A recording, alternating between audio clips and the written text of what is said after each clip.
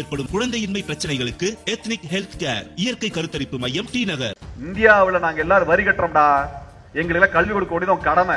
குடு, அதுல படிச்சவனுக்கு கொடுப்பேன், புத்திசாலி கொடுப்பேன், மார்க் எடுத்தவனுக்கு கொடுப்பேன். மனப்பாடம் பண்ணி ஒப்பிச்சா எந்த கழுத வேணா இங்க மார்க் எடுக்கும். அது என்னங்க பிஜேபி, அது என்னங்க ஆர்எஸ்எஸ், ரெண்டுக்கு வித்தியாசம் என்ன? ஆர்எஸ்எஸ் தாங்க மாவு, பிஜேபிங்கிறது இட்லி, பஜ்ரங்க தள்ளுங்கிறது சட்டினி. அவ்வளவுதான் விஷயம். நீங்க மாவை கை வைக்கணும், மே 14 மாவுல தான் கை வைக்கணும்.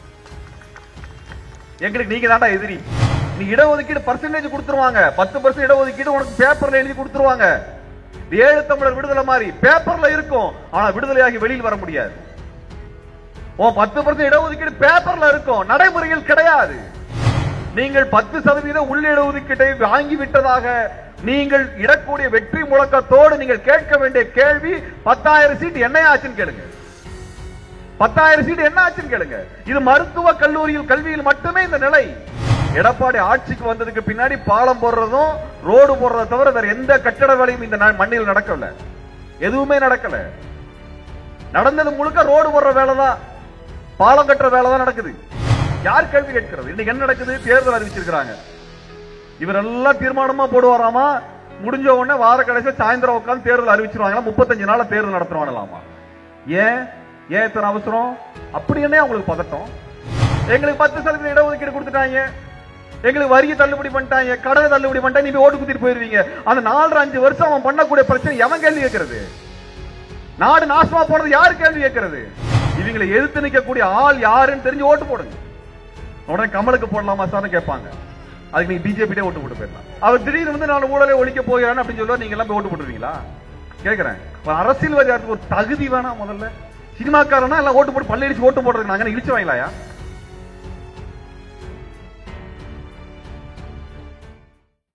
அன்பான தோழர்களே, மோடி ஆட்சிக்கு வந்ததற்கு பிறகு கிட்டத்தட்ட 60 லட்சம் வேலைகள் மறுக்கப்பட்டிருக்கின்றன.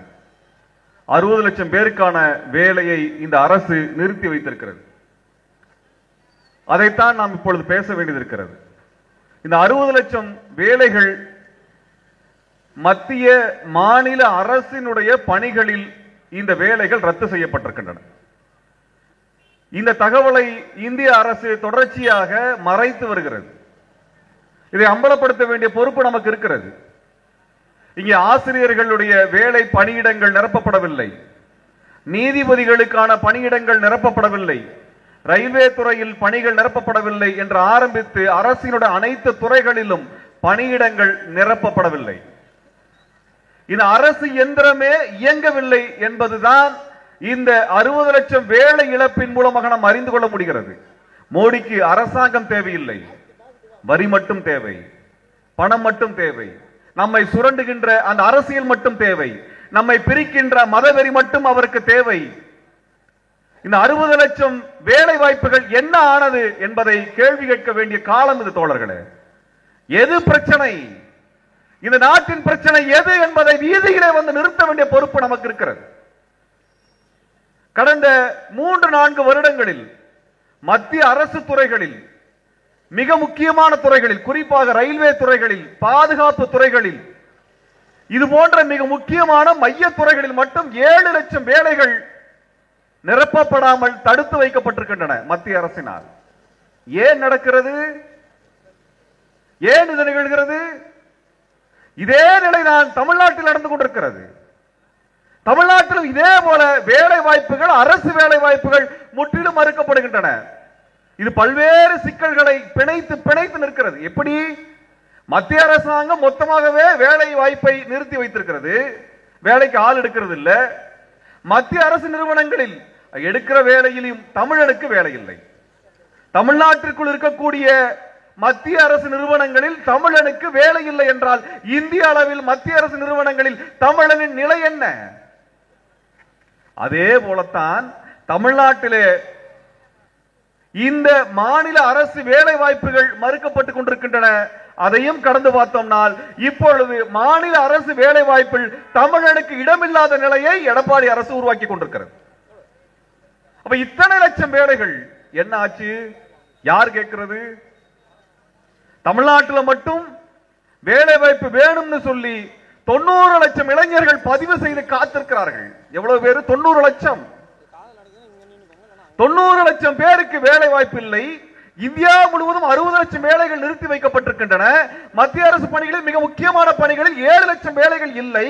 மத்திய அரசு நிறுவனங்கள் தமிழ்நாட்டில் நடத்துகின்ற அந்த வேலை வாய்ப்புகளில் கூட தமிழனுக்கு இடமில்லை என்கின்ற பொழுது, தமிழ்நாட்டு அரசு நடத்தப்படுகின்ற அந்த வேலை வாய்ப்பிலும் தமிழனுக்கு இடமில்லை என்று வந்தால் எது பிரச்சனை?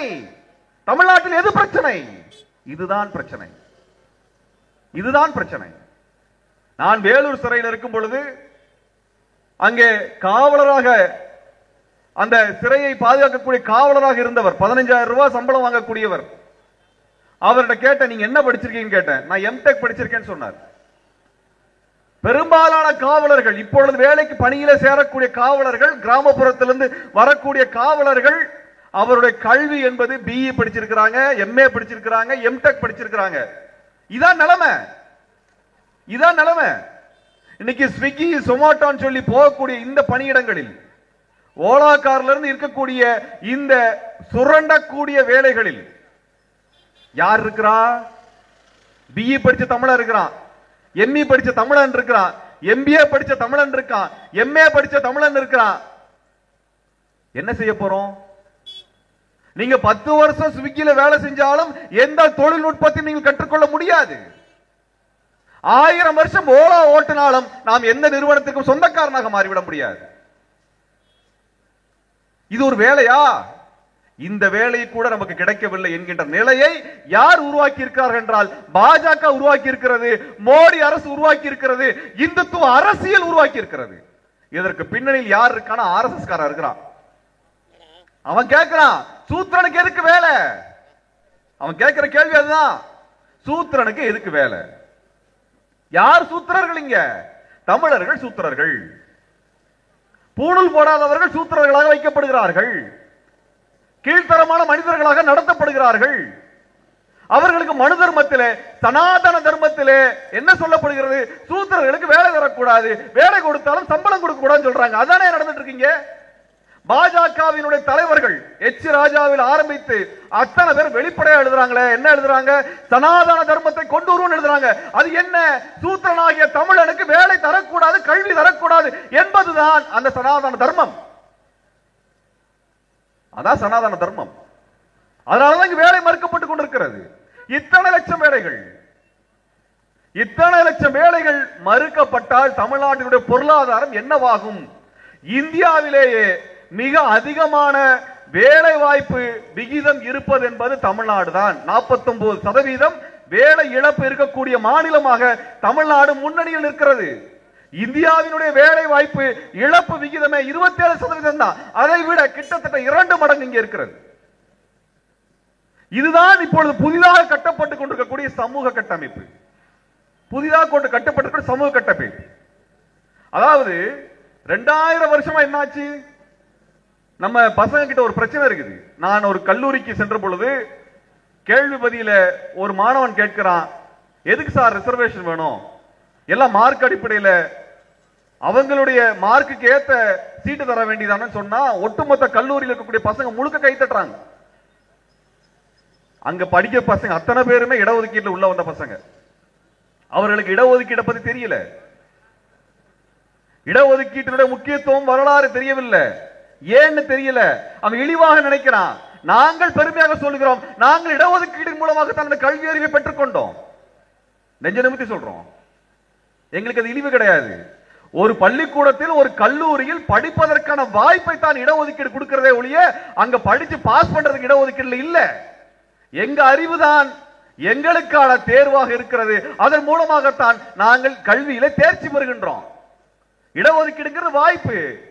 பேருந்துல ஏறும் பொழுது யார் வேகமா ஓடி வந்து ஏறுறாங்களோ அவங்களுக்கு மட்டும்தான் சீட்டுன்னு சொன்னா, பெண்களுக்கு எங்க இடம் இருக்கிறது, குழந்தைகளுக்கு எங்க இடம் இருக்கிறது, முதியவர்களுக்கு எங்க இடம் இருக்கிறது, மாற்றுத்திறனாளிகளுக்கு எங்க இடம் இருக்க முடியும்? இருக்க முடியாது இல்ல. அதனால பெண்களுக்கு இடம், மாற்றுத்திறனாளிகள் இடம், குழந்தைகளுக்கு இடம் வைக்கிறாங்க. எதுக்கு வைக்கிறாங்க? இந்த இடத்தை இவங்களுக்கு ஒதுக்க வேண்டும் என்பதற்காக. பேருந்துல ஏறக்கூடிய அனைவரும் காசு கொடுத்து தான் போக முடியும். காசு கொடுக்க அனைவருக்கும் சீட்டில் இடம் தரணும். அதுதான் பேருந்தினுடைய விதி. அப்ப நீ சீட்டு கொடுத்தாகணும். இந்தியாவில் நாங்க எல்லாரும் வரி கட்டுறோம்டா. எங்களுக்கு கல்வி கொடுக்க வேண்டியது கடமை. குடு. அதுல படிச்சவனுக்கு கொடுப்பேன், புத்திசாலி கொடுப்பேன், மார்க் எடுத்தவனுக்கு கொடுப்பேன். மனப்பாடம் பண்ணி ஒப்பிச்சா எந்த கழுத வேணா இங்க மார்க் எடுக்கும், எந்த கழுத வேணா மார்க் எடுக்கும். இன்னைக்கு எதுக்கு மனப்பாடம் பண்ண வேண்டியது இருக்கிறது? இன்னைக்கு எதுக்கு அப்படி எல்லாம் பரிச்சை வைக்கிற? அதான் கம்ப்யூட்டர் வந்துருச்சுல்ல, அதான் கம்ப்யூட்டர் வந்துருச்சுல்ல, அப்புறம் எதுக்கு ஒரு மனப்பாடம் பண்றதுக்கு? எங்கே இந்த மனு தர்மம் வருகிறதோ அங்கே சூழ்ச்சிகரமாக நமக்கு கல்வி மறுக்கப்படும். இது நம்மளுக்கு புரிஞ்சு கொள்ள முடியல, இதை புரிந்து கொள்ள முடியல. நம்ம என்ன கேட்கிறோம்னா, 2000 வருஷம் நடந்த கதை என்ன? நம்ம தாத்தா, தாத்தாவுடைய தாத்தா, பாட்டி, பாட்டியோட பாட்டி, இவங்க எல்லாம் ஐஏஎஸ் அதிகாரிகளா இருந்தாங்களா? ஐஐடியில டாக்டரேட் ரிசர்ச் பண்ணாங்களா? சொல்லுங்க. ப்ரொஃபஸரா இருந்தாங்களா? பேராசிரியர்களா இருந்தாங்களா? அவங்கள என்னவா இருந்தாங்க? இன்னைக்கு ரிசர்வேஷன் வேணாம் சொல்லக்கூடிய அந்த மாணவர்களை, இளைஞர்களை பார்த்து கேட்க விரும்புகின்றோம். உங்க தாத்தா, தாத்தாவோட தாத்தா என்னவா இருந்தாங்க? இப்போ ஒரு சமூக வலைதளத்துல ஒரு வீடியோ வருது, ஒரு ஐயர் பேசுறாரு. அந்த காலத்துல எங்க தாத்தா அவர் ஊருக்கே நியாயம் சொல்லக்கூடியவரா இருப்பாரு. இந்த ஜாதியை சேர்ந்தவா உள்ள வந்தானே கட்டி வச்சு உரிச்சு அடிச்சாருன்னு சொன்னாங்களா இல்ல? ஒரு வீடியோ வந்துச்சா இல்லையா? அவரே 60 வயசு. அவருடைய தாத்தா எத்தனை காலத்துக்கு முன்னாடி இருந்திருப்பார்? அப்ப 100 ஆண்டுகளுக்கு முன்பு அவருடைய கல்வி நிலை என்ன, வேலை வாய்ப்பு நிலை என்ன, அன்னைக்கு உன் தாத்தா நிலைமை என்ன, பாட்ட நிலைமை என்ன? அதை யோசிச்சு பார்க்கணும்ல, அதை யோசிச்சு பார்க்கணும். சில பேர் சொல்றாங்க பெரியார் வந்துதான் கல்வி கொடுத்தாரு, பெரியார் வந்துதான் இடஒதுக்கீடு வந்துச்சு, பெரியார் வந்ததுனால நம்மள படிச்சோன்னு பொய் சொல்றாங்க. அப்புறம் எப்படி திருவள்ளுவர் படிச்சாரு, ஔவையார் படிச்சாரு கேள்வி கேட்கிறாங்க. நாங்க என்ன கேட்கிறோம், திருவள்ளுவருக்கும் ஔவையாருக்கு அப்புறம் என்ன ஆச்சு கதை? 2000 வருஷம் என்ன ஆச்சு கதை? உங்க தாத்தா படிச்சாரா? உங்க கதை என்ன? உங்க குடும்ப கதை என்ன? அதை பார்ப்போம். அப்ப கல்வியை மறுத்தது மனு தர்மம் என்கின்ற சனாதன நீதி. அதுதான். அது என்ன சொல்லுச்சு? நாங்க மட்டும்தான் படிப்போம், எங்களுக்கு மட்டும்தான் படிக்கிறதுக்கான உரிமை இருக்கிறது, நாங்க மட்டும்தான் வேதம் சொல்லுவோம் ஒரு கும்பல் சொல்லுச்சு. அதை அந்த ராஜாக்காரன் நம்பின அந்த காலத்துல. அதான் நம்ம கதை. வெள்ளத்தோலை பார்த்து ஏமாந்தானா, எதை பார்த்து ஏமாந்தான்னு தெரியாது.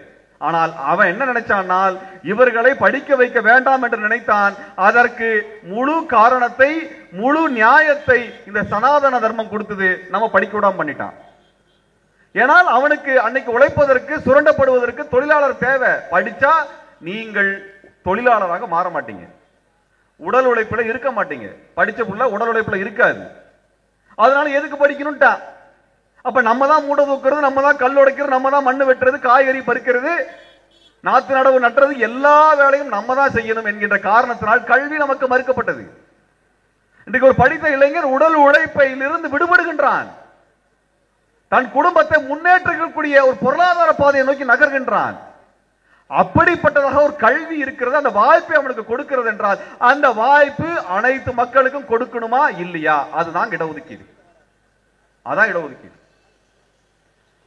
ஆனா 2000 வருஷமா நாங்க மட்டும் தாண்டா படிப்போம், நாங்க மட்டும் தான் கவர்மெண்ட் வேலை பார்ப்போம் சொல்லி இடஒதுக்கீடு வாங்கி வைத்திருந்த கும்பலை நோக்கி தான் கேள்வி எழுப்ப வேண்டியது இருக்கிறது. இந்த கும்பல் தான் நம்ம எதுக்கு படிக்கணும்னு கேட்கிறான், நம்மளுக்கு எதுக்கு வேலை வாய்ப்பு தரணும்னு கேட்கிறான். நம்ம ஒண்ணு கேட்க விரும்புறோம். இன்றைக்கு இடஒதுக்கீட்டை எந்த வழியிலெல்லாம் சிதைக்கிறான்னு பார்ப்போம். ஒன்று, இந்த ஓபிசி என்று சொல்லக்கூடிய பிற்படுத்தப்பட்ட, மிக பிற்படுத்தப்பட்ட, நம்ம வந்து இந்த பிற்படுத்தப்பட்ட மிக பிற்படுத்தப்பட்டன்னு சொன்னா நம்மளுக்கு யாரோ பிற்படுத்தப்பட்டவங்க நினைச்சுக்கிறான். இங்க இருக்க வன்னியர், கவுண்டர்ல ஆரம்பிச்சு நாடாறு, கோணாறு, முக்குளத்தோரு, முத்தரையரு, அத்தனையுமே பிற்படுத்தப்பட்ட சாதி தான். அவங்களா ஆண்ட பரம்பரை நினைச்சிட்டு அது அவங்க இஷ்டம். அப்ப ஆண்ட பரம்பரை கை நாட்டு பரம்பரையா தான் தமிழ்நாட்டில் இருந்திருக்குது. இதான் உண்மை, இதான் உண்மை. இப்படியாக இருக்கக்கூடிய சமூகங்கள், இந்த ஜாதி சமூகத்தை சார்ந்தவர்கள் பிற்படுத்தப்பட்டவர், மிக பிற்படுத்தப்பட்டவர்கள் பட்டியல வர்றாங்க. இதனாலதான் இங்க துண்டறிக்கையில முதல் வார்த்தையில போட்டிருக்க, யார் பிசி எம்பிசி என்று சொல்லப்படுபவர், ஓபிசி என்று சொல்லப்படுபவர் யார், இதை எழுதி வச்சிருக்கிறோம். தென்னாப்பிரிக்காவின் தலைநகரம் எது என்று கேட்கக்கூடிய எங்களது பாட புத்தகத்தில் ஓபிசி யாரு, பிசி யாரு, எம்பிசி யாரு, இவன் ஏன் பிசி எம்பிசியா மாறனான் வரலாறு ஏன் சொல்லி தரப்படவில்லை? அமெரிக்காவுக்கு விடுதலை வாங்கி தந்தது யாரு? தென் அமெரிக்காவில் இருக்கக்கூடிய பிரேசில் நாட்டினுடைய தலைநகரம் எது? அமேசான் நாட்டினுடைய காட்டினுடைய அளவு எதுலாம் கேள்வி கேட்கிறீங்களே. எங்க தாத்தா ஏன் படிக்கல, எங்க பாட்டி ஏன் படிக்கல, எவனா கேள்வி கேட்டீங்களா? அந்த சதி எங்கிருந்து வந்து கேட்டீங்களா? அந்த சதியை சொல்லி இருந்தா இன்னைக்கு இருக்க பிள்ளைங்க இடஒதுக்கீடை பத்தி கேள்வி கேட்காது. அப்படியாக இந்த இடஒதுக்கீட்டின் மூலமாக கிடைக்கக்கூடிய சலுகைகளை ரத்து செய்ய வேண்டும் என்பதற்காக ஆர்எஸ்எஸ் தெளிவா வேலை செய்யறான். அது என்னங்க பிஜேபி, அது என்னங்க ஆர்எஸ்எஸ், ரெண்டுக்கு வித்தியாசம் என்ன? ஆர்எஸ்எஸ் தாங்க மாவு, பிஜேபிங்கிறது இட்லி, பஜ்ரங்க தள்ளுங்கிறது சட்டினி, அவ்வளவுதான் விஷயம். இதை வச்சுட்டு தான் அவன் என்ன பண்ணுவானா, இந்து மக்கள் கட்சி, இந்து முன்னணி, பஜ்ரங்க தள்ளு, இன்னும் பல பேர்ல வருவான். அதே மாவை வச்சு பணியாரம் சுடுவான், தோசை சுடுவான், இட்லி சுடுவான். நீங்க மாவை கை வைக்கணும், மே 14 மாவுல தான் கை வைக்கும். எங்களுக்கு நீங்க தாண்டா எதிரி, என்ன பார்த்துக்கோ. இந்தியா முழுவதும் ஆர்எஸ்எஸ் எதிர்க்கக்கூடியவர்களை அழித்தார்கள், கொலை செய்தார்கள். காந்தியடிகளை ஆர்எஸ்எஸ் கொலை செய்தது, அதுதான் உண்மை. தன்னை எதிர்க்கக்கூடியவர்களை கொலை செய்வது ஆர்எஸ்எஸ் பணி. தந்தை பெரியார் மேல கை வைக்க முடியல, வச்சா என்ன ஆயிருக்கும் அப்ப தெரிஞ்சிருக்கும். தமிழ்நாடு என்பது வேறு தோழர்களே. நீ அங்க கை வைக்கிற மாதிரி இங்க எங்க மேல கை வச்சிட முடியாது. எங்கள் மாணவர்கள், எங்கள் இளைஞர்கள், எங்கள் சமூகம் என்பது வேடிக்கை பார்த்து கொண்டு இருக்காது. தமிழ்நாட்டில் மிரட்டு அரசியல் பண்ணிட்டு இருக்கிறாங்க. மிரட்டுகின்ற அரசியல் நடக்குது. எதுக்குனால் நம்ம எல்லாம் ஒடுக்கி வச்சுட்டு அவன் நினைக்கக்கூடிய இடஒதுக்கீட்டை கொண்டு வர வேண்டும். எந்த இடஒதுக்கீடு?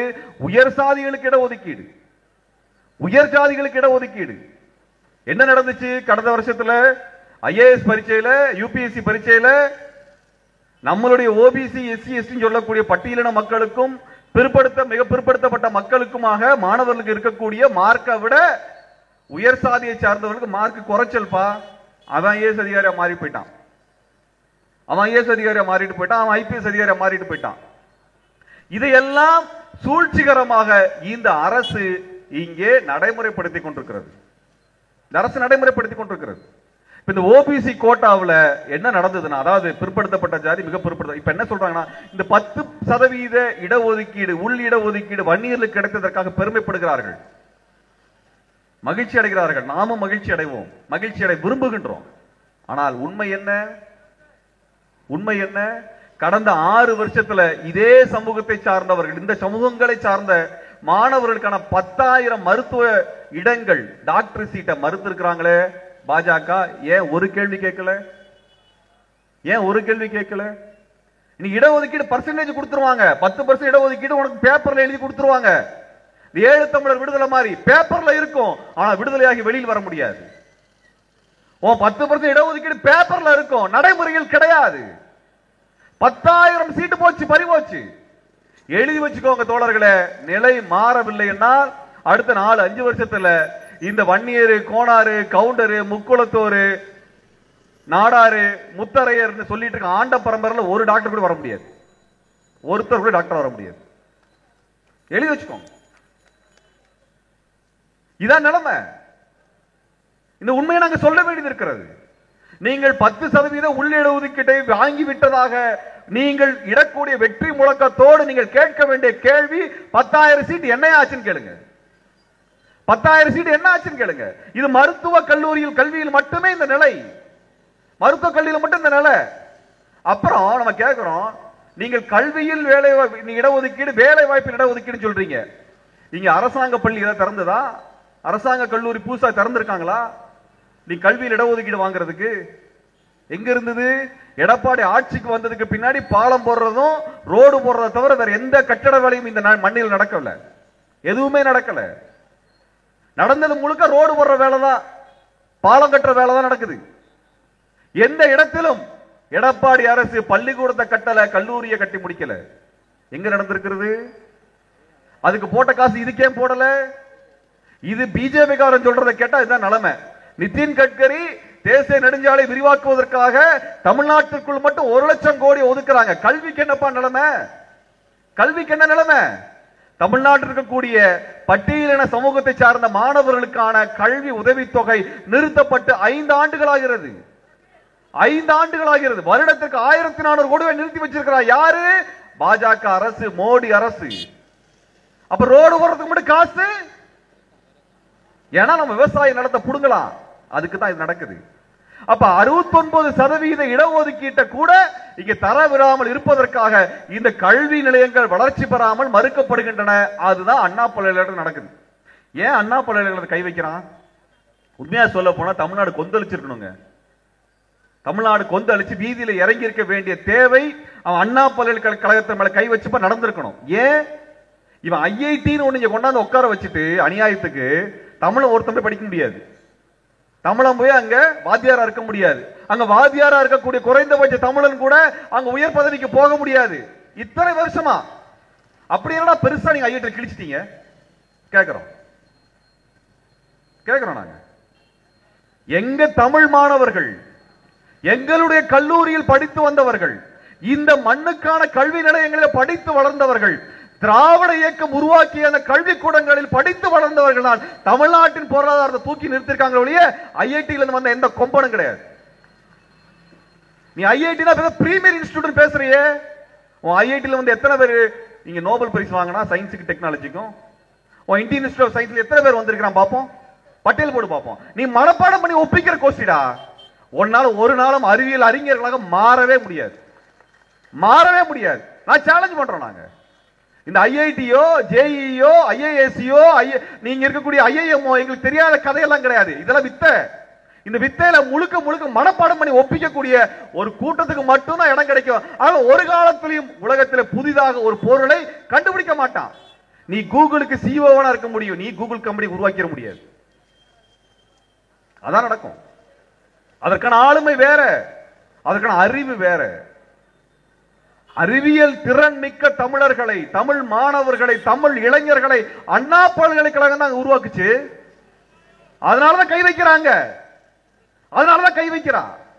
தமிழ்நாட்டினுடைய பொறியியல் துறை, தமிழ்நாட்டினுடைய வளர்ச்சியின் மிக முக்கியமானது. தமிழ்நாடுங்கிறது உத்தரப்பிரதேசம் மாதிரி கோயில் கட்டுற அரசியலை கையில் எடுக்கல, இங்க கல்விக்கூடங்களை கட்டுகின்ற அரசியலை கையில் எடுத்தது, கல்லூரிகளை கட்டுகின்ற அரசியலை எடுத்தது. இன்னைக்கு வரைக்கும் கோயில் கட்டுறத பத்தி அவனுக்கு பேசிட்டு இருக்கானவர்.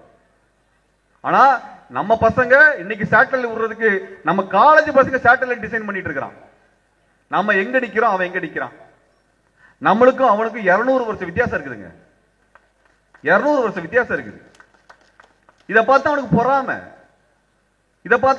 இதனாலதான் திராவிட அரசியலை ஒழிக்கணும்ன்றான். அதை கேட்டு இங்கே 4 பேர் கத்திட்டு கிடக்கிறான். இதான் நிலைமை. தமிழ்நாட்டில் நீங்க பெரியார் எந்த இடத்துல நாங்க பாக்குறோம்? பெரியார் மூட நம்பிக்கையில விட்டு நான் முன்னேறணும்னா நீ பூஜை பண்ணணும், புனஸ்காரம் பண்ணணும், இந்த ஐயருக்கு காசு தரணும், இந்த கோவில்ல போய் இத்தனை செலவு பண்ணுங்கிறதெல்லாம் யோசிக்காதரா, உன் அறிவை பயன்படுத்தி வேலை வர்றான்னு சொன்னார். அதனால முன்னேறி வந்திருக்கிறோம். இன்னைக்கு நாம் முன்னேற்றத்துக்கு காரணம் நம்மளுடைய சொந்த அறிவு.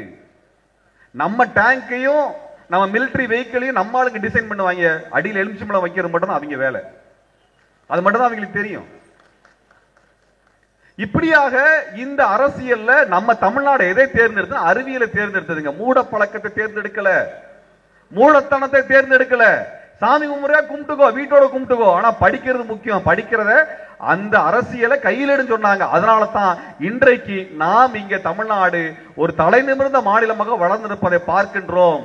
இந்த இடத்துல வேலை செய்வதற்காக வரக்கூடிய அப்பாவிகளாக வடமாநிலத்திலிருந்து வர்றாங்க. காரணம் இந்த அரசியல் அவனுக்கு கிடையாது. இந்த திராவிட அரசியல் அவனுக்கு கிடைக்கல, இந்த முற்போக்கு அரசியல் அவனுக்கு கிடைக்கல, அறிவுமிக்க அரசியல் அவனுக்கு கிடைக்கல. அதனால இங்க வந்து நிக்கிறான். அப்ப தமிழ்நாட்டினுடைய பொருளாதாரத்தை உடைக்கணும்னா என்ன பண்றது? இந்தியாவுக்குள்ள 2 மாநிலம் பொருளாதார ரீதியாக டெல்லி அரசை கடந்து முன்னேறிச்சு. அதுல ஒன்று பஞ்சாப், அடுத்தது தமிழ்நாடு. இன்னும் சொல்ல வேண்டால் தமிழ்நாடு தான் இதுல முன்னணியில் நின்றது. இந்த 2 மாநிலத்தினுடைய பொருளாதார அடித்தளத்தை உடைக்கிறான். டெல்லிக்கு பிடிக்கல, மோடி அரசுக்கு பிடிக்கல. நீ ஏன்டா வளர்ந்து நிக்கிற? எங்காலும் உங்க ஊர்ல வந்து கஷ்டப்படுறத மட்டும்தான் நாங்க பாக்குறோமே ஒழிய, எங்காலும் உங்க ஊரை வேலை தேடி வர்றதா பார்க்க முடியுமே ஒழிய, உங்காலும் எங்க ஊருக்கு வர்ற அளவுக்கு எங்க ஊர் வளரலையேன்னு பார்த்து பொறாமப்படுறான். கோ பேக் மோடின்னு ட்விட்டர்ல ட்ரெண்ட் பண்ற அளவுக்கு நான் டெக்னாலஜில வளர்ந்துருக்கோம்டா. அதான் நிலைமை, புரிஞ்சுக்கோ. இப்படி இந்த மோசமான ஒரு அரசியல் கல்வியை, மோசமான கல்வியை தமிழர்களுக்கு வழங்க வேண்டும் என்பதற்காக அண்ணா பல்கலைக்கழகம் கை வைக்கிறாங்க. நிலம் அதுதாங்க. இன்னைக்கு நாம புரிஞ்சுக்கணும். தமிழ்நாட்டினுடைய பொறியியல் கல்லூரி இன்ஜினியரிங் காலேஜோட சிலபஸ் எல்லாமே அண்ணா பல்கலைக்கழகத்தினால் அதை சார்ந்தவர்களால் அதனுடைய பேராசிரியர்களால் வடிவமைக்கப்பட்டதே ஒழிய ஐஐடி கும்பல்ல கிடையாது. ஐஐடி கும்பல்ல கிடையாது. நீங்க உத்தரப்பிரதேசத்துக்கு போனீங்கன்னா 4-5 இன்ஜினியரிங் காலேஜ் தான் இருக்கும். அந்த கல்லூரிகளினுடைய சிலபஸை விட நம்ம சிலபஸ் என்னைக்கும் அட்வான்ஸ்டா இருக்கு. இப்படிப்பட்ட ஒரு சிலபஸை உருவாக்கக்கூடிய படிப்பை கல்வியை உருவாக்கக்கூடிய அண்ணா பல்கலைக்கழகத்து மேல கை வச்சு உடைச்சிட்டா தமிழ்நாட்டினுடைய அந்த இன்ஜினியரிங் பொறியியல் கல்லூரியினுடைய மூளையை சிதைத்து விடலாம் என்று திட்டமிட்டு சிதைக்கிறார்.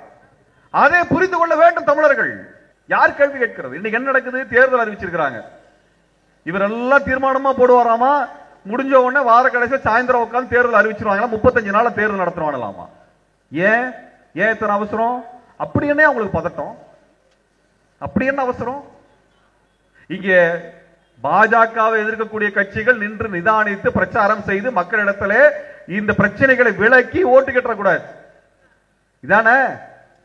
ஆனால் இந்த கும்பலை விரட்ட வேண்டிய பொறுப்பு நம்ம அனைவருடைய பொறுப்பு. விரட்டி ஆகணுங்க. இதை விரட்டுறதுக்கான பொறுப்பு அத்தனை பேர் எடுக்கணும். நீங்க ஏதோ உங்ககிட்ட உட்கார்ந்து இத்தனை பட்டியல் நேரம் பேசுறவங்க கேட்டுட்டு போய் படுத்து தூங்குறதுக்கா பண்ணல. நீங்க வாடகை நாளைக்கு கொண்டு போய் அவங்களுக்கு ஓட்டு போட்டு 5 வருஷம் சும்மா தூங்கி இருப்பீங்க. 4-5 வருஷமா நாங்க ரோட்ல லோ கத்தி கேஸ் வாங்கணும். இதானே இத்தனை வருஷம் நடக்குது? சொல்லுங்க பாப்போம். எங்களுக்கு 10% இடஒதுக்கீடு கொடுத்துட்டாங்க, எங்களுக்கு வரியை தள்ளுபடி பண்ணிட்டாங்க, கடனை தள்ளுபடி பண்ணிட்டா நீங்க ஓட்டு குத்திட்டு போயிருவீங்க. அந்த 4-5 வருஷம் அவன் பண்ணக்கூடிய பிரச்சனை எவன் கேள்வி கேட்கறது? நாடு நாசமா போறது யாரு கேள்வி கேட்கறது? உங்ககிட்ட நாங்க ஓட்டு கேட்கலாம் வரமாட்டோம். உங்களோட ஓட்டு கேட்கலாம் நாங்க வரமாட்டோம். ஏன்னா உங்களுக்கு இடிச்சு சொல்றதுக்கு ஒரு ஆள் வேணுங்க. நீங்கள் உங்களை அப்படியே புகழ்ந்து தள்ளி உங்களுக்கு வேணுங்கிறத பேசி உங்களை ஓட்டு போட்டு வாங்குறதுக்கு, ஓட்டு கேட்டு வாங்குறதுக்காக நாங்க வரல. அது எங்களுக்கு தேவையில்லை. நீங்க பண்ற தப்ப சொல்ல வேண்டியது இருக்கிறது. இந்த தப்பை உணர்த்த வேண்டிய தேவை எங்களுக்கு இருக்கிறது. உங்களை மயக்கத்தில் ஆழ்த்துகின்ற சதியை, சூழ்ச்சியை இந்த கும்பல் செஞ்சதனால் அதை உடைச்சு காட்ட வேண்டிய பொறுப்பு எங்களோடது. இந்த பாஜக அதிமுக கும்பல் உள்ள வந்துச்சுனால் எத்தனை லட்சம் இளைஞர்கள் இதற்கு மேலும் வேலை இல்லாமல் போவான்னு தெரியாது. ஓலா கம்பெனிக்கார சுருட்டுற பணம் எத்தனை? ஸ்விக்கி கம்பெனிக்கார சுருட்டுற பணம் எத்தனை? ஜொமேட்டோ கம்பெனிக்காரனால எடுக்கப்பட்ட சுரண்டப்பட்ட பணம் எத்தனை தெரியுமா? யாருடைய பணம்? இதான் நிலைமை. இன்னைக்கு ஒட்டுமொத்தமாக தமிழ்நாட்டை சுரண்டிட்டு இருக்கிறானே, பார்த்துட்டு சும்மா இருக்க முடியுமா? நீங்க செய்ய வேண்டிய பொறுப்பு. சரிங்க, நாங்க பிஜேபிக்கு போடல, அதிமுகவுக்கு நாங்க போடலைங்க, நாங்க யாருக்கு போறது கேட்பீங்க. அந்த அறிவு கூட இல்லைன்னா ஓட்டே போடாதீங்க. நாங்க என்னதான் சொல்ல முடியும்? இவங்களை எதிர்த்து நிற்கக்கூடிய ஆள் யாருன்னு தெரிஞ்சு ஓட்டு போடுங்க. உடனே கமலுக்கு போடலாமா சார் கேட்பாங்க. அதுக்கு நீங்க பிஜேபி ஓட்டு போட்டு போயிடலாம். நம்ம இங்க உட்கார்ந்து நீட்டு பிரச்சனை போராட்டம் நடத்திட்டு இருப்போம், மீத்தேன் பிரச்சனைக்கு போராட்டம் நடத்திட்டு இருப்போம், 8 வழிச்சாலைக்கு போராட்டம் நடத்திட்டு இருப்போம். அவர் பிக் பாஸ் நடத்திட்டு இருப்பார். இதான் நடக்குது. அவர் திடீர்னு வந்து நான் ஊழலை ஒழிக்க போகிறான்னு அப்படின்னு சொல்லுவார். நீங்க எல்லாம் போய் ஓட்டு போட்டுருவீங்களா? கேட்கிறேன். ஒரு அரசியல்வாதியாருக்கு ஒரு தகுதி வேணாம். முதல்ல ஒரு தகுதி வேணாம். சினிமாக்காரனா எல்லாம் ஓட்டு போட்டு பல்ல ஓட்டு போடுறதுக்கு நாங்க இழிச்சு வாங்கலாயா? சொல்லுங்க. இங்க பாருங்க, நம்மளுக்கு யார் தலைவராக வர வேண்டும், எது தலைமையாக வர வேண்டும் என்கின்ற தெளிவு வேண்டியது இருக்கிறது. யார் தலைவனா இல்லைனாலும் பரவாயில்ல, எது தலைமையாக வேண்டும் என்ற தெளிவு நமக்கு வேணுங்க. எது தலைமைன்னா எந்த கருத்தியல் நமக்கு தலைமையாக வர வேண்டும் என்றால் பெரியாரிய, அம்பேத்கரிய, மார்க்சிய கருத்தியல் தலைமைக்கு வரணும். இது மூணுமே கமலஹாசனுக்கு தெரியாது. இந்த மூணை பத்தியுமே எடப்பாடிக்கு அக்கறை கிடையாது. அவருக்கு கம்பராமாயணத்தை எழுதுனது யாருன்னு தேடிட்டு இருக்கிறாப்ல. பாருங்க, கம்பராமாயணத்தை எழுதுனது சேக்கிலார்னு சொன்ன எடப்பாடியை போல நம்ம குழந்தைகள் ஆகிவிடக் கூடாது என்கின்ற கவலையில் பேசிக் கொண்டிருக்கிறோம்.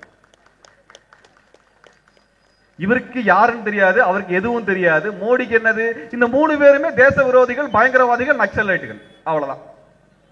இவங்க வேலைக்காக மாட்டாங்க. ஏன்னா இந்த 3 பேர் சேர்ந்துதான் இவங்கள தோலை உரிச்சு காமிச்சிட்டு இருக்க. இவங்க நிலைமை என்ன, இவங்க கதி என்னன்னு சொல்லிட்டு ஒரு 22 வயசு புள்ள ட்விட்டர்ல போட்டுச்சுன்னு சொல்லி திஷா ரவிங்கிற புள்ளைய கொண்டு போய் அரெஸ்ட் பண்ணி தேச துரோக வழக்கு போடுறிய சீனாக்கார மேல போட்டியா? ஏதாவது பண்ணியா? பயம். ஒரு தொடநடுங்கித்தனமாக நாம் இருக்கிறோமே என்கின்ற கவலையை சர்வதேச மட்டத்தில் யார் காமிக்கிறோம்? நாங்களாக காமிக்கிறோம். நீங்க தானப்பா தேசபக்தன், நெஞ்ச விரிச்சு நிக்கிறீங்க. இந்த அரட்ரவுசர் பார்ட்டில இருக்குது ஆர்எஸ்எஸ் காரன். நீ பாருங்க, ஒன்னே சொல்ற கேட்டுங்க, இந்த ஊருக்குள்ளார இந்த கிரவுண்ட்ல பார்க்ல உட்காந்துட்டு உங்களுக்கெல்லாம் ஒழுக்கத்தை சொல்லித் தருகிறோம், இறை பக்தியை சொல்லித் தருகிறோம் சொல்லி மூட்டு பிள்ளைங்க எல்லாம் புள்ள பிடிக்கிற மாதிரி கூட்டு போவாங்க ஆர்எஸ்எஸ் காரனுங்க. தயவு செஞ்சு அனுப்பிடாதீங்க, தயவு செஞ்சு அனுப்பிடாதீங்க. அவங்க வந்து ரொம்ப அப்படியே இனிக்க இனிக்க பேசுவாங்க. நாங்கள் இந்து தர்மத்தை கத்து தருகிறோம், சாமி பக்தி, பெற்றோர் மீது பக்தி, குரு பக்தி, இதெல்லாம் பக்தியும் கத்து தரோம்னு சொல்லுவானுங்க. நம்பி அனுப்பிடாதீங்க. குஜராத்ல கலவரம் நடத்துறது நம்ம பிள்ளைங்க அனுப்புன மாதிரி அங்க அனுப்பி விட்டுருவாங்க. கலவரத்துக்கு ஆள் முடிக்கிற வேலைக்கு தான் ஆர்எஸ்எஸ் காரன் இங்க வந்து பயிற்சி நடத்திட்டு இருக்கிறான். இந்த அரசியல் தான் பண்ணிட்டு இருக்கு. நான் என்ன கேட்கிறேன், நீ தான் தேசபக்தனாச்சு, ஆர்எஸ்எஸ் கார மோகன் பகவத் இருக்கிறாரு, போய் நில்லு சீனா பார்டர்ல, சீனா பார்டர்ல போய் நில்லு, சண்டை போடு. நாளைக்கு வந்து இமாலய அந்த நீங்க சொல்ல போனீங்க என்ன சொல்லுவாங்க, அந்த ஹிமாலய அந்த புனிதமான இடம் ஒன்று இருக்குது, மலை கைலாய மலையா? நாளைக்கு கைலாய மலையை சீனாக்காரன் கொண்டு போயிட்டு என்ன பண்றது? கைலாஷ் போயிடுச்சு என்னத்துக்கு ஆகுறது? கூண்டோட கைலாஷ் போயிடுச்சு என்னத்துக்கு ஆகுறது? சொல்ல சொல்றாரு. தயவு செஞ்சு இதையெல்லாம் காப்பாற்றுறதுக்கு முடியாம இங்க 22 வயசு பிள்ளைய பிடிச்சி தேச துரோக வழக்கு போடக்கூடிய ஒரு மோசமான அரசியலை இங்க நடந்துட்டு இருக்குது. ஆகவே நமக்கான பொறுப்பு என்னன்னா, நீங்க பண்ண வேண்டியது என்னன்னா, முதல்ல உங்க வாட்ஸ்அப் குரூப் இருக்கும், அதுல யாரெல்லாம் சங்கியோ அவெல்லாம் முதல்ல தூக்குங்க. பண்ண வேண்டிய முதல் வேலை தான். எல்லா வாட்ஸ்அப் குரூப்லயும் ஒரு சங்கி ஒன்று உட்காந்துருக்கும், குடும்பத்துல இருந்து வந்திருக்கும், அல்லது கூடவே படிச்சிருக்கும், அல்லது கூட வேலை பார்க்கும். 3 தான் இருக்கும். இவங்களுக்கு சொந்தமான மூளை இருக்காது. எவனோ ஒருத்தன் அனுப்பான், இந்துக்களுக்கு மிகப்பெரிய ஆபத்து. என்னப்பா ஆபத்து? எங்களுக்கு தெரிஞ்ச ஆபத்து வந்து 69% இடஒதுக்கீடு போச்சு. வன்னியருக்கு இடஒதுக்கீடு, வேலை கிடைக்காது, கவுண்டருக்கு கிடைக்காது, நாடார் செட்டியார்ல கிடைக்காது, வேலை கிடைக்காது, கல்வி கிடைக்காது. இதுதான் எங்களுக்கு தெரிஞ்ச இந்துக்களுக்கான ஆபத்து. உனக்கு தெரிஞ்ச கதை என்ன? அவன் ஏதாவது ஒரு கதை உருட்டி விடுவானுங்க, ஏதாவது ஒரு கதை உருட்டி விடுவானுங்க. இதை உட்காந்து வாட்ஸ்அப்பை ஃபார்வர்ட் பண்றதே அவங்களுக்கு வேலையா இருக்கும். இந்த ஆளுங்களை முதல்ல கழட்டினீங்கனாலே நாடு நல்லதாயிரும். ஏன்னா வெறுமன பொய் செய்தியை பரப்புறதுக்குன்னு ஒரு 2000 பேரை வேலைக்கு வச்சு ஆர்எஸ்எஸ் கம்பெனிக்காரன், பிஜேபி கம்பெனிக்காரன் ஒரு கம்பெனி நடத்திட்டு இருக்கிறான்.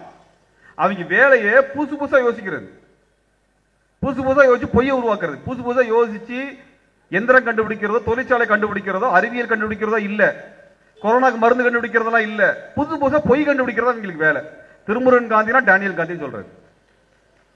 இவர் ஒவ்வொருத்தருக்கும் ஒரு பேர் வைக்கிறது. இது மட்டும்தான் வேலை பார்த்துட்டு இருக்கிறானுங்க. இந்த வாட்ஸ்அப்ல இருக்கக்கூடிய இந்த கும்பலை முதல்ல நீக்குங்க. சமூக வலைதளத்துல யாராவது சங்கியை பாத்தீங்கன்னா முதல்ல பிளாக் போடுங்க, அதுக்கப்புறம் விட்டுருங்க, அவங்க பதில் சொல்லாதீங்க. இதெல்லாம் நீங்க பண்ண வேண்டிய வேலை. இதெல்லாம் என்னன்னா, நீங்க ரோட்ல போடுற குப்பையை தூக்கி குப்பை தொட்டில போடுற வேலை மாதிரி தான் அது. குப்பையை குப்பை தொட்டில தான் போடணும். அது போல இவங்களை முதல்ல ஒதுக்கி வைக்கக்கூடிய வேலையை செய்யுங்க. அது தேவைப்படுகிறது தோழர்களே. இதை செஞ்சாலும் அரசியல் சுத்தமாகும். நீங்க பண்ண வேண்டிய வேலை என்னன்னா, நீங்க நான் பிஜேபிக்கு அதிமுக ஓட்டு போட மாட்டேன்னு எடுக்கிற முடிவு இல்லை. உங்க ஒட்டுமொத்த குடும்பமும், உங்க ஒட்டுமொத்த நண்பர்களும், உங்களுடைய வேலை செய்யக்கூடிய இடத்துல இருக்கக்கூடிய அத்தனை தோழர்களும், உங்க ஊரும் சேர்ந்து இவங்களை மொத்தமா புறக்கணின்னு முடிவெடுங்க. அப்பதான் நாடு உருப்படும். தமிழ்நாடு உருப்படுதுன்னா அப்படிதான் பண்ண முடியும். இல்லைன்னா எடப்பாடி மொத்தமா வித்துட்டு போயிடுவார். எடப்பாடி மொத்தம் வித்துட்டு போய், நம்ம உண்மையா சொல்ல போனா நம்மளுக்கு உண்மையாலுமே அருவருப்பா இருக்குது. இவரெல்லாம் தமிழ்நாட்டினுடைய முதலமைச்சரா அப்படின்னு இருக்கா இல்லைங்களா? அறிஞர் அண்ணா, காமராஜர் போன்றவர்கள் இருந்த அந்த இடத்துல இப்படி ஒண்ணு வந்து உட்கார்ந்து இருக்குது. இப்படி ஒரு அரசியல் வந்து உட்கார்ந்து இருக்குது. இப்படிப்பட்ட ஒரு அரசியலை நம்ம பார்த்து அவமானப்படுறோமா இல்லையா? சொல்லுங்க பாப்போம். கோவப்படுறோமா இல்லையா? எங்களுக்கு இந்த அரசியல் வேண்டாம். இது போன்ற அரசியல் வேண்டாம். தத்துவார்த்த அரசியல் வேணும். மக்களுக்கு எப்படி உதவி செய்வது, மக்களுடைய வாழ்க்கை எப்படி வளர்த்து எடுப்பது என்பதை பற்றியான அரசியல் தேவைப்படுகிறது. அதை செய்ய வேண்டியிருக்கிறது. இந்த கும்பலை 234 தொகுதியிலும் தோற்கடிக்க வேண்டிய பொறுப்பு தமிழினத்தின் பொறுப்பு. தயவு செய்து இவங்களை டெபாசிட் கூட வாங்க விட்டுறாதீங்க. காசு கொடுக்குறாங்க, வாக்குறுதி கொடுக்குறாங்க நம்பி தமிழ்நாட்டை ஒப்படைத்து விடாதீர்கள். தமிழ்நாட்டை ஒப்படைச்சிடாதீங்க, வித்துட்டு போயிடுவாங்க. அங்க 2 பேர் உட்கார்ந்து இருக்கானுங்க, அதானி அம்பானி 2 பேர் உட்கார்ந்து இருக்கானுங்க. ஒட்டுமொத்த தமிழ்நாட்டை முழுங்கிறதுக்காக உட்கார்ந்து இருக்கிறாங்க. நாளைக்கு அவங்க வந்தாங்கன்னா இங்க காய்கறி கடையும் இருக்காது, இங்க ராஜா ஸ்டோர்ஸும் இருக்காது. இதான் நிலைமை. ரிலையன்ஸ் ஃப்ரெஷ் முழுக்க இதை எடுத்து அள்ளி சாப்பிட்டு போயிடுவான். ரிலையன்ஸ் ரீட்டைல் முழுக்க அதை எடுத்து போட்டு சாப்பிட்டு போயிடுவான். இதான் நடக்க போகுது. இந்த பக்கம் ஒரு அம்பானி உட்கார்ந்திருப்பார், அதே அம்பானியோட பிம்பம் இந்த பக்கம் உட்கார்ந்திருக்கும், இதுக்கு பின்னாடி அதானி உட்கார்ந்திருப்பார். தமிழ்நாட்டில் இருக்கக்கூடிய கடற்கரையோரங்கள் இருக்கக்கூடிய துறைமுகங்கள், புதிதாக உருவாக்கப்படக்கூடிய துறைமுகங்கள் எல்லாம் அதானிக்கு கொடுக்கப்படுகின்றன. மின்சாரத்துறை அதானி கொடுக்கப்படுது. ரொம்ப ஒண்ணு இல்லைங்க, மறுபடியும் எடப்பாடி வந்தார்னா சென்னையுடைய மின்சார விநியோகம் அதானிக்கு கொடுக்கப்படும். இன்னைக்கு உங்களுக்கு பில் எவ்வளவு கட்டுறீங்க? 500 ரூபாய் கட்டுவீங்க, 700 ரூபாய் கட்டுவீங்க. அதானி வந்துட்டானா 7000 ரூபாய் 5000 ரூபாய் ஆயிரும். பரவாயில்லையா? பரவாயில்லைங்களா? இது நான் ஏதோ உங்களை மிரட்டுறதுக்கு சொல்றேன் இல்ல, பொய்யெல்லாம் சொல்லல. பாம்பேல என்ன பில்லு வருது, டெல்லியில என்ன பில்லு வந்துச்சு? அங்க டாடாக்காரன் மின்சாரத்தை வித்தான், கரண்ட் வித்தான், காசு தலைக்கு மேல போச்சு. டெல்லியில அதே நிலைமை. டெல்லியில கெஜ்ரிவால் எப்படிங்க வந்தார்? ஊழலை ஒழிக்கிறேன்னு சொல்லி எல்லாம் வரல. டெல்லியில 2 பிரச்சனை. எது பிரச்சனைனா, இந்த கரண்ட் பெரிய பிரச்சனை, கரண்ட் பில் பிரச்சனை. 2 லைட்டு, ஒரு ஃபேன் இருக்கக்கூடிய, ஒரு ஃப்ரிட்ஜ் இருக்கக்கூடிய ஒரு வீட்டுக்கு 4000 ரூபாய் பில் வரும். அது நீங்க உடனே கட்டல அப்படின்னா புடிங்கிட்டு போயிடுறது மட்டும் இல்ல, அதுக்கு மேல ஃபைனை போட்டு 10,000 15,000 ஆகி போயிடும். இது டெல்லியில பெரிய பிரச்சனையாக இருந்தது. இதையெல்லாம் நான் ஒழிச்சு கட்டுறேன்னு கெஜ்ரிவால் சொன்னார். அப்புறம் என்ன பண்ணானுங்கன்னா, உங்க வீட்டுக்கு 2 பக்கெட் தண்ணி தான் நாங்க ஃப்ரீயா தருவோம், அதுக்கு மேல காசு கொடுத்து வாங்கணும்னு சொன்னாங்க. அதெல்லாம் பிரச்சனை இல்ல, உங்களுக்கு தண்ணீரை இலவசமா தர்றோம் அப்படின்னு கெஜ்ரிவால் சொன்னதுனால ஜெயிச்சாரே ஒழிய ஊழலை ஒழிச்சுறேன்னு சொல்லி எல்லாம் ஜெயிக்கல. அதனால மக்கள் ஓட்டு போடல. இந்திய ஜனநாயகத்தில் ஊழல் என்பது ஒட்டி பிறந்த இரட்டை குழந்தை, அதெல்லாம் உடைக்க முடியாது. அப்ப இந்த ரெண்டுமே, நீங்க ஸ்மார்ட் சிட்டினா என்ன அர்த்தம்னா, உங்க வீட்டுல வரக்கூடிய குடி தண்ணீருக்கு காசு போடுறது, உங்களுக்கு வரக்கூடிய மின்சாரத்தை அதானிக்கு அம்பானிக்கு கொடுக்கிறது, உங்க வீட்டில இருந்து வெளியே போகக்கூடிய கழிவு நீருக்கு வரி போடுறது. உள்ள வர்ற தண்ணிக்கு வரி, வெளியில போற தண்ணிக்கு வரி. ரெண்டுக்கும் வரியும் மட்டுமல்ல, கட்டணம் போடுறது. வெளியில போறதுக்கு வரி, உள்ள வர்றதுக்கு கட்டணம். இதான் ஸ்மார்ட் சிட்டி திட்டம். இந்த திட்டத்தை வைத்துதான் தமிழர்களை சுரண்டுகின்ற வேலையை எடப்பாடி அரசு செய்து கொண்டிருக்கிறது. இந்த திட்டத்தை வகுத்து கொடுத்தது மோடி அரசு. அப்ப நீங்க செய்ய வேண்டிய வேலை இது, இந்த நாட்டை, தமிழ்நாட்டை இந்த கும்பலில் இருந்து காப்பாற்ற வேண்டும், காப்பாற்ற போகிறோம். அது எனது பொறுப்பு, நீங்க முடிவெடுக்கணும். உண்மையா சொல்ல போனால், நாங்கள் இளைஞர்களுக்கு ஒரு வேண்டுகோள் வைக்க விரும்புகிறோம். நீங்க எந்த கம்பெனில வேணா வேலை பாருங்க, ஆனால் தேர்தலுக்கு முன்பு 10 நாள் விடுமுறை எடுத்து உங்க ஊர்ல உட்கார்ந்து இந்த கும்பலை விரட்டுறேன்னு சொல்லி சபதம் எடுத்து பிரச்சாரம் பண்ண. இந்த விவரங்களை மே 17 இயக்கம் இந்த விவரங்களை உங்களுக்கு கொடுக்கும். நாங்க வேலை திட்டத்தை வைக்க விரும்புறோம். இந்த அரசு செய்த துரோகங்களை, தமிழ்நாட்டை சுரண்டுவதற்கு மோடி செய்த அத்தனை திட்டங்களை குறித்து மே 17 இயக்கம் வீடியோ போட்டிருக்குது. கடந்த காலத்தில் அதுக்கு புத்தகம் போட்டிருக்குது, துண்டறிக்கை போட்டிருக்கோம், நோட்டீஸ் போட்டிருக்கோம். அதை எடுத்துட்டு போய் நீங்க 10 நாள் லீவு போட்டு நீங்க உங்க ஊர்ல உட்கார்ந்து பிரச்சாரம் செஞ்சு இந்த கும்பலை விரட்டலனா, இவங்க மறுபடியும் ஆட்சிக்கு வந்தாங்கன்னா 5 வருஷம் உங்களுக்கு லீவ் விட்டுருவாங்க. அடுத்த 5 வருஷம் வேலை இருக்காது. ஒரு 10 நாள் லீவு போட்டு இந்த வேலையை நீங்க செய்ய வேண்டியது உங்களோட கடமை. நம்ம எந்த கட்சிக்கும் வேலை செய்ய வேண்டாங்க, நம்ம எந்த கட்சிக்கு ஓட்டுக்கு வேணும்னு சொல்லி கேட்கலாம் போக வேண்டியது இல்ல. எங்களுடைய சக தோழ அமைப்புகள் இவங்க நிச்சயமாக வெற்றி பெறுவார்கள். இவர்கள் வெற்றி பெற வேண்டும். இவங்க எத்தனை காலமா களத்தில் நின்றவங்க, போராட்டம் நடத்தினவங்க, மக்களுக்காக வழக்குகளை வாங்கியவர்கள், சிறைக்கு சென்றவர்கள். இவங்களோட சேர்ந்து நின்று இந்த கும்பலை விரட்டுகின்ற பொறுப்பை நீங்கள் எடுப்பீர்களா மாட்டீர்களா? சொல்லுங்க, சொல்லுங்க. அதுக்கு தாங்க இவ்வளவு நேரம் கத்திட்டு கிடக்கிறோம். நாங்கள் கொடுக்கக்கூடிய அறைகூவல் என்பது எங்களுக்கு அடுத்து எத்தனை பொதுக்கூட்டத்துக்கு அனுமதி தர்றாங்கன்னு எங்களுக்கு தெரியாது. நீ வேலை பார்த்துட்டு இருந்தீங்கன்னா உங்க குடும்பத்துக்கு இவ்வளவு நாள் வேலை பார்த்தது போதும். ஒரு 10 நாள் இந்த கும்பலை விரட்டுறதுக்கு தமிழ்நாடு முழுவதும் பேர் அலையாக இளைஞர் பட்டாளம் எழ வேண்டும். எழுவீர்களா என்று மே 17 கேள்வி கேட்கிறது. நாங்க இங்க உங்ககிட்ட நீங்க ஓட்டு போடு, நாங்க எம்எல்ஏ ஆகிறோம், மினிஸ்டர் கேட்க வரல, நாங்க முதலமைச்சர் ஆகிறோம் கேட்கறதுக்கு வரல, நாங்க முதலமைச்சராகி நாங்கள் தீர்வு தரோம் என்று சொல்வதற்காக வரல. உங்க பிரச்சனை நீங்க தான் தீர்க்கணும்னால் உங்க பிரச்சனை என்னன்னு உங்களுக்கு முதல்ல புரியணும். அந்த பிரச்சனை அடுத்தவருக்கு சொல்லி புரிய வைக்கணும். அந்த பொறுப்பு உங்களுடையது. வீட்டுக்கு ஒருத்தர் வரணும், வீட்டுக்கு ஒருத்தங்க வீதிக்கு வந்தால் தான் தமிழ்நாட்டை காக்க முடியும். தமிழ்நாட்டை காப்பதற்காக நீங்கள் வீதிக்கு வருவீர்கள் என்று கேட்க விரும்புகிறோம். யாரோ 10 பேர் ரோட்ல போய் நிப்பான், போராட்டம் நடத்துவான், வழக்கு வாங்குவான், ஜெயிலுக்கு போவான், அவன் பொறுப்பு தான் நினைச்சீங்கனால் யாராலும் உங்களை காப்பாற்ற முடியாது. எடப்பாடி தான் உங்களுக்கு முதலமைச்சரா வருவார். உங்களுக்கு அதாவது பேசும்பொழுது சொல்லுவாங்க, வந்து போட்டோ எடுக்கும் பொழுதோ பார்க்கும் பொழுதோ பேசும் பொழுது, நீங்க நல்லா பண்றீங்க, உங்களை மாதிரி எனக்கும் பண்றதுக்கு ஆசை இருக்குது, ஆனா குடும்பம் இருக்குது அப்படின்னுவாங்க. இப்ப நாங்களாம் காட்டுலயா இருக்கிறோம்? எங்களுக்கு குடும்பம் இருக்குது, எங்களுக்கு குழந்தை புள்ளக்குட்டி எல்லாமே இருக்குது. அந்த புள்ளக்குட்டி நல்லா இருக்குன்னு சொல்லி தாங்க ரோட்ல வந்து சண்டை போட்டு இருக்கிறோம். அதான் சண்டை போட்டு இருக்கிறோம். உங்களுக்கு வேலை இருப்பதை போல எங்களுக்கும் வேலை இருக்கிறது, உங்களுக்கு உறவினர் இருப்பதை போல எங்களுக்கும் உறவினர் இருக்கிறாங்க, உங்களுக்கு குழந்தைகள் இருப்பதை போல எங்களுக்கும் குழந்தைகள் இருக்கின்றன. அந்த குழந்தைகளை விட்டு விட்டு தான் அங்கே வீதியில் வந்து நிற்கின்றோம் என்றால் அந்த குழந்தைகளுடைய எதிர்காலம் பாதுகாக்கப்பட வேண்டும் என்கின்ற ஒரே அக்கறைக்காக வந்து நிற்கிறோம் நாங்க, வேற ஒண்ணும் கிடையாது. அப்ப நீங்க வரணுமா வேண்டாமா? அவை இந்த பொறுப்பை நீங்கள் மேற்கொள்ள வேண்டும் என்ற அறைகூவல் விடுப்பதற்காக மே 17 இயக்கம் என்ன சொல்கிறது என்றால், இந்த பாசிச கும்பலை, அதிமுக பாஜக கும்பலை விரட்டுவதற்காகவும் நமது இடஒதுக்கீட்டை பாதுகாக்க வேண்டும் என்பதற்காகவும் இப்பொழுது கொண்டு வந்திருக்கிற பசப்பு தீர்மானங்கள் இது சட்டங்களாக போவதில்லை. யாருக்கு 69% இடஒதுக்கீடு மூலமாக வேலையோ கல்வியோ இந்த அரசு கொடுக்கவில்லை. 5 ஆண்டுகளாக இதுதான் நிலை, இனிமேலும் இதுதான் நிலைமையாக இருக்க போகிறதா என்கின்ற கேள்வி நீங்கள் எழுப்ப வேண்டும். அந்த அடிப்படையில் தமிழ்நாட்டினுடைய சமூக நீதியை, எதிர்காலத்தை, குழந்தைகளை, மாணவர்களை, இளைஞர்களை பாதுகாப்பதற்காக நீங்கள் திரண்டு வர வேண்டும். இந்த பாசிச படை அடித்து வரட்ட வேண்டும். தமிழ்நாடு நம் நாடு, தமிழ்நாட்டை நாம் உயர்த்தி பிடிப்போம், தமிழ்நாட்டை நாம் பாதுகாப்போம். நன்றி, வணக்கம். நக்கீரன் டிவிக்கு சப்ஸ்கிரைப் செய்யுங்கள். உங்கள் ஆதரவே எங்கள் பலம். ஆசிரியர்களுக்கு நண்பனாகவும் மாணவர்களுக்கு ஆசானாகவும் திகழும் தேர்வு வழிகாட்டி. ஒவ்வொரு பாடத்திற்கும் அனுபவமிக்க ஆசிரியர்களின் துல்லியமான தெளிவான விடைகள். CNC இருக்கு, தேர்வு பயம் எதற்கு? இது தீரன் பப்ளிஷிங் ஹவுஸ் விற்பனை வெளியீடு.